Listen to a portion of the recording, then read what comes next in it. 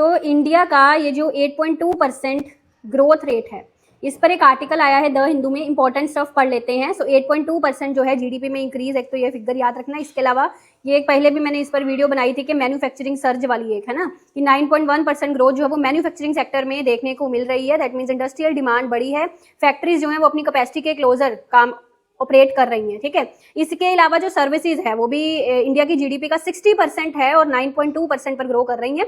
Financial services 10.2% पर grow कर रही हैं। रिफ्लेक्ट कर रही है ये चीज़ की स्ट्रॉन्ग क्रेडिट एक्टिविटी है इंडिया में, ट्रांजैक्शन ज़्यादा हो रही हैं और अर्बन डिमांड भी सस्टेन्ड है, ठीक है। और हमारी जीडीपी में सबसे ज़्यादा कॉन्ट्रीब्यूशन जो है वो सर्विस सेक्टर का है और एग्रीकल्चर सेक्टर का हमारी कंट्री की आउटपुट में जीडीपी में सबसे कम जो है कॉन्ट्रीब्यूशन है।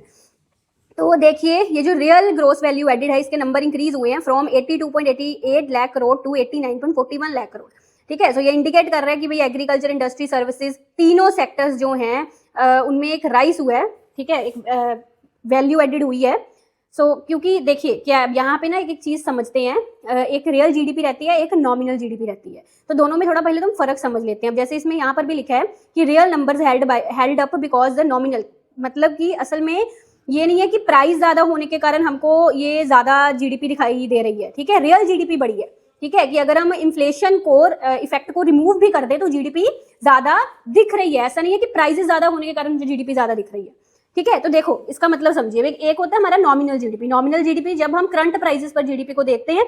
रियल जीडीपी जब मैं जीडीपी को इन्फ्लेशन पर एडजस्ट कर दूं, इन्फ्लेशन के लिए एडजस्ट कर दूं और बेसिक प्राइसेस पर जीडीपी इसमें काउंट की जाती है। आप ऐसा समझिए, अगर प्राइसेस बढ़ रही हैं तब भी मुझे नॉमिनल जीडीपी ज्यादा दिख सकती है क्योंकि ये करंट प्राइसेस पर कैलकुलेट की जाती है। पर रियल जीडीपी में क्या होता है कि हम जो इन्फ्लेशन का इफेक्ट है वो रिमूव कर देते हैं, तो जीडीपी को एडजस्ट कर देते हैं to remove its inflation effects.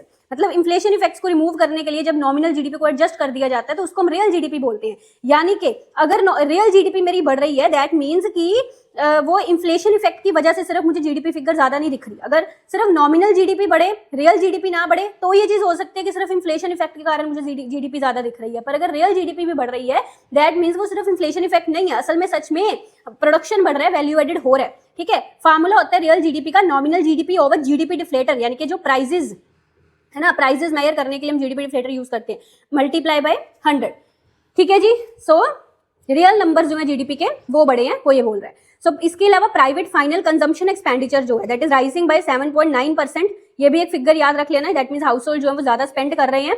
इसके अलावा एग्रीकल्चर का ग्रोथ यहाँ पे 3.5% दे रखा है। तो ये कुछ इंपॉर्टेंट फिगर्स थी और कुछ इंपॉर्टेंट कंसेप्ट जो मैंने आपको समझाया। अच्छी लगी जानकारी, दूसरों के साथ शेयर करिएगा। इकोनॉमिक्स रिलेटेड और वीडियोस देखने के लिए चैनल को सब्सक्राइब कर लीजिए। Best of luck.